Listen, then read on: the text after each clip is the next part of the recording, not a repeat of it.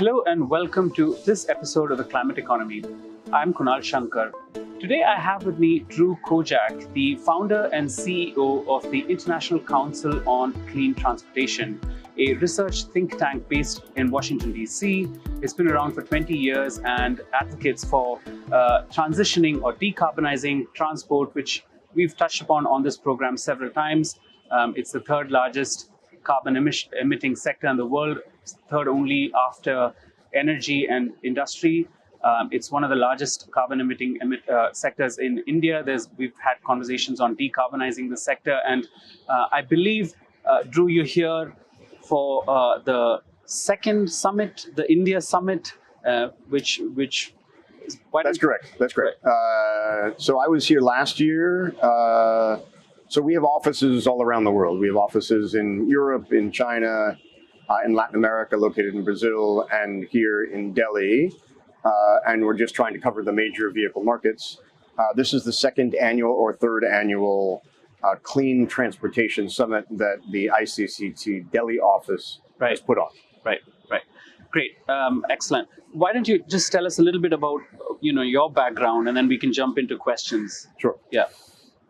So I have been working on motor vehicle clean transportation policy really since I graduated law school way back in the 1990s. I worked for nonprofit organizations. I worked for the United States Environmental Protection Agency, writing clean fuel and vehicle regulations. I then co-founded the ICCT in 2005. Right. And so this year is our 20th anniversary, part of what we're celebrating here at this summit. Yes. And then I did take a year off. We jokingly called it a sabbatical, and worked for the Biden administration in the Climate Policy Office as the Senior Director for Transportation Emissions. And I was responsible for navigating 4 major regulations from proposal to final while I was there. Mm-hmm. And that required the coordination of the U.S. Environmental Protection Agency, the Department of Transportation, the Department of Energy, the White House, OMB, et cetera, et cetera.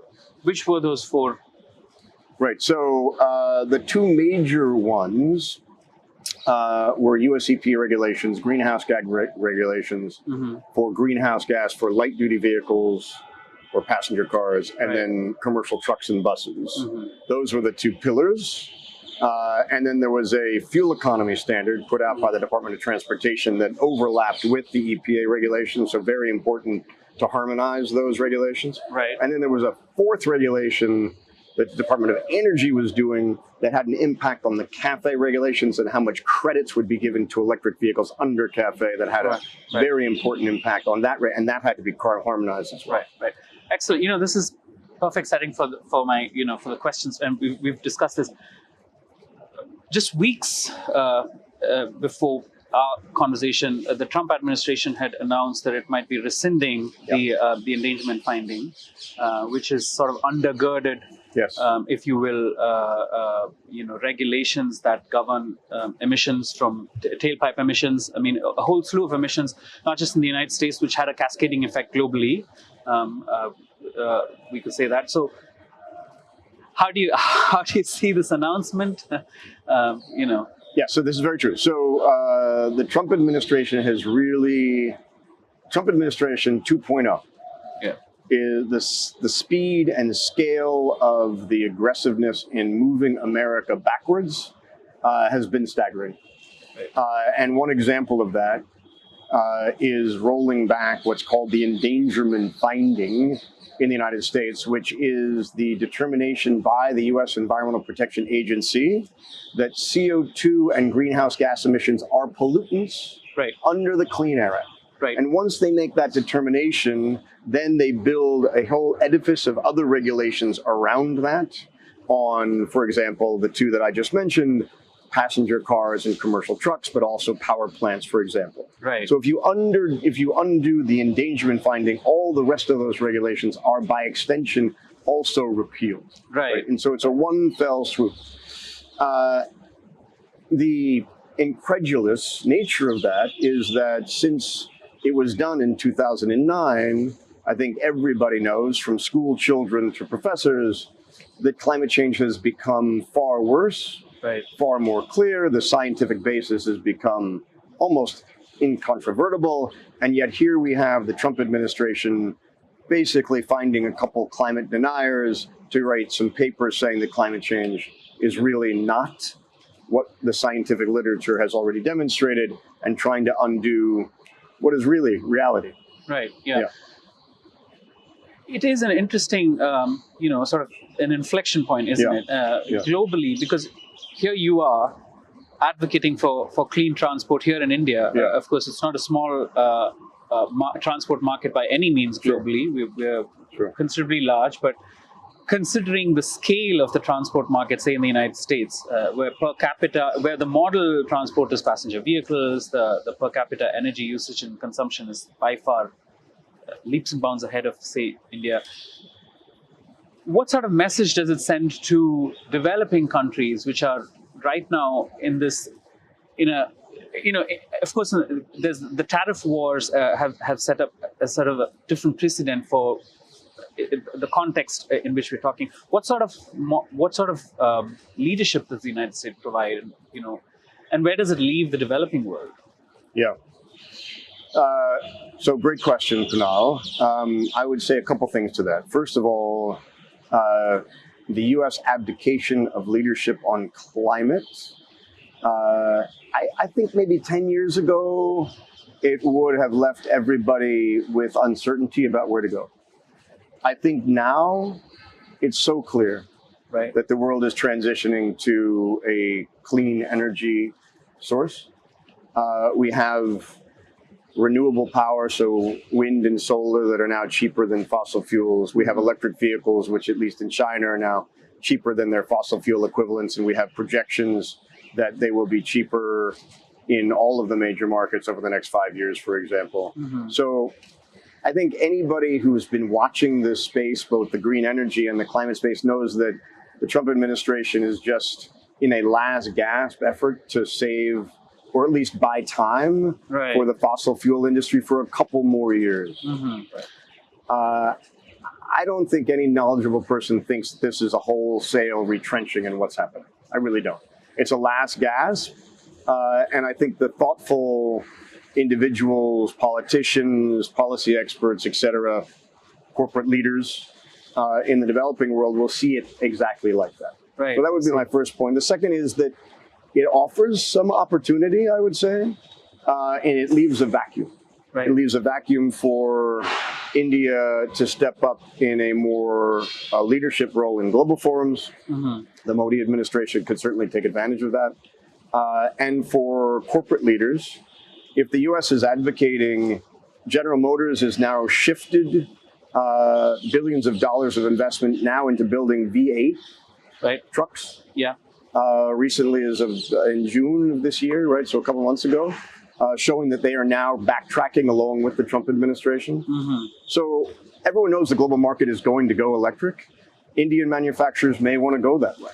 I mean, just today, and already. Just today, the Prime Minister is in Gujarat inaugurating e-Vitara, Suzuki's electric vehicle plant there.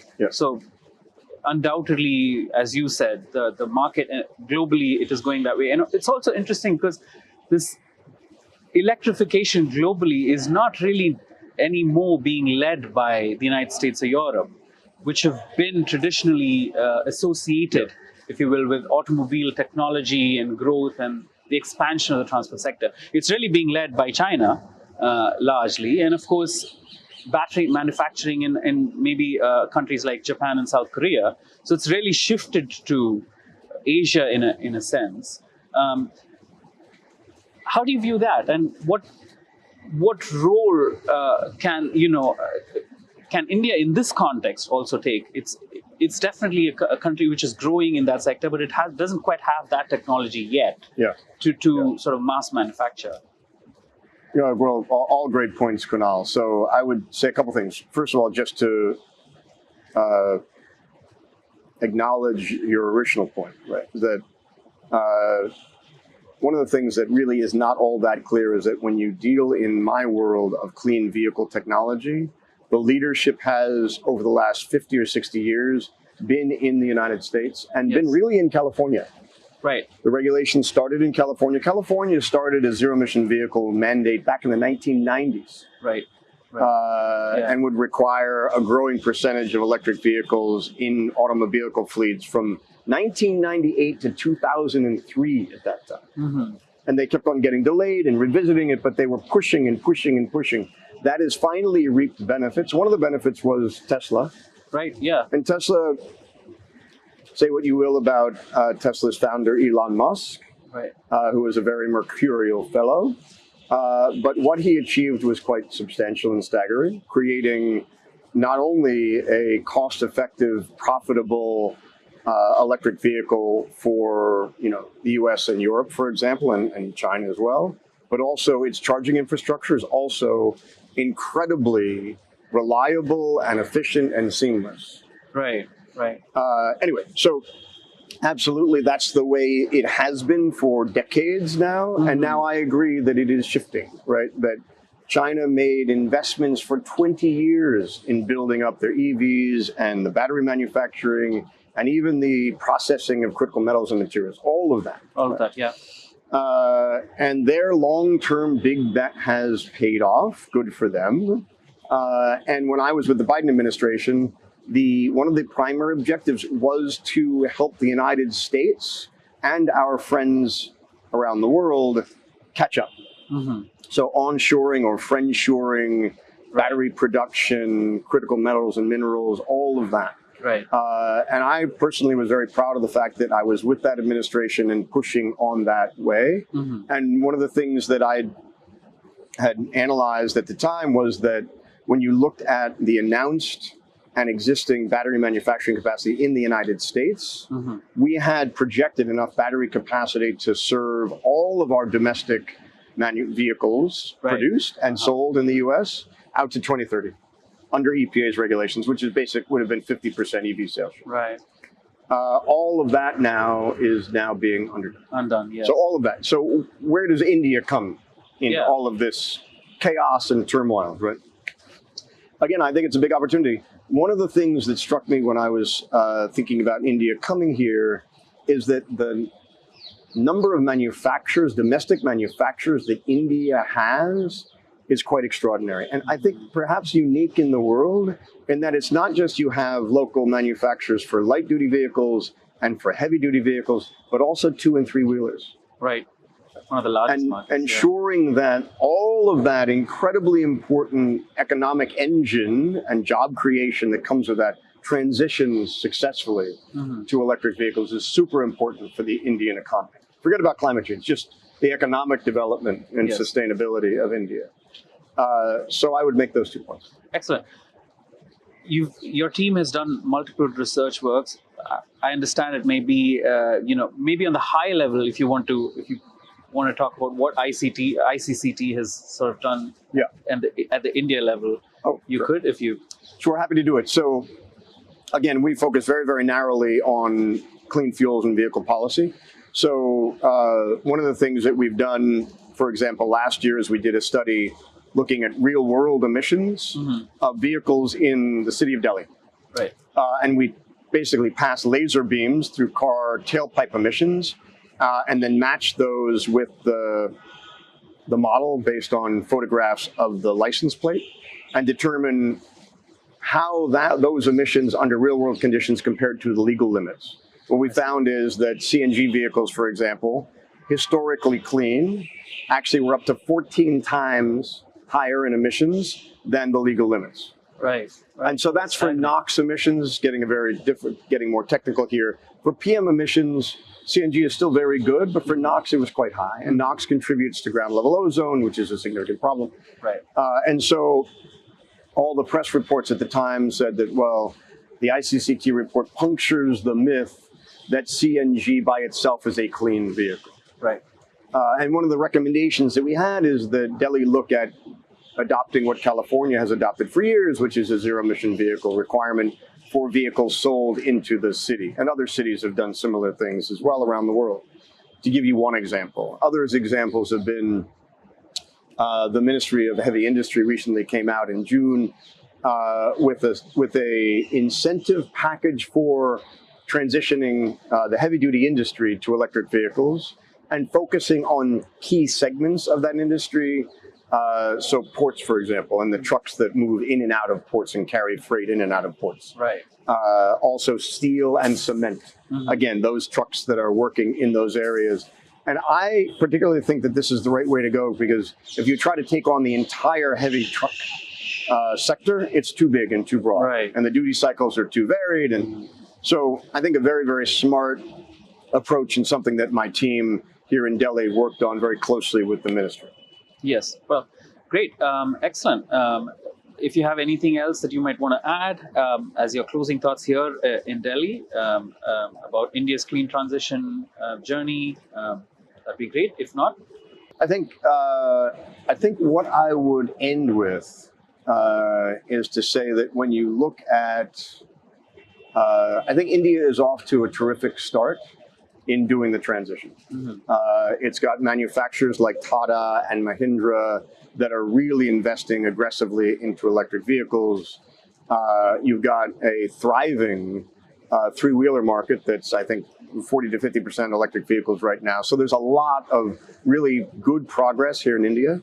I think the policy package that needs to undergird all of that transition is underdeveloped, but not quite there yet.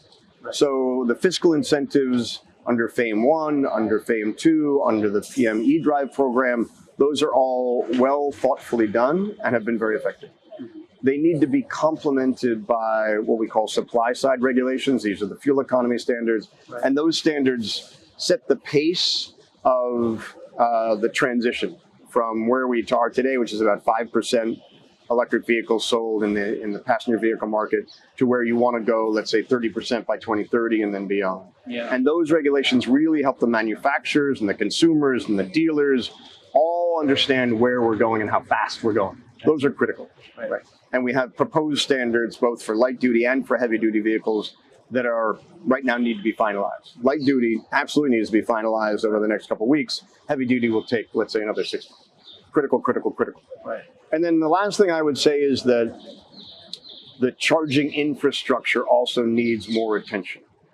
And that's not just the amount of charging infrastructure, but also the reliability of those chargers. Right. When I was at the White House, one of the things that was of great concern to us is that if you had drivers of EVs in the United States showing up to a non-Tesla charger, 1 in 5 times, 20% of the time, they left without getting a charge. Right. If you're trying to have people excited, standardizing reliability, etc. The grid and the stability. The grid has to also be. That's a huge amount of work, particularly for heavy duty. Right. So I would leave this interview with lots going on in India that is absolutely terrific, both on the government side and the manufacturing side and the consumer side. And a couple more elements to the policy package need to be built out. Excellent. Great. Thank you so much. Thank you so much. Thank you. And that's all we have on this episode of The Climate Economy. If you like this video and would like to hear more about how climate change is reshaping our economies, do hit the bell icon on the Hindu's YouTube channel and do write to us, or better still, send us a video recording of your questions to climateeconomy@thehindu.co.in. and we'll do our best to feature them and to get them answered. Bye for now.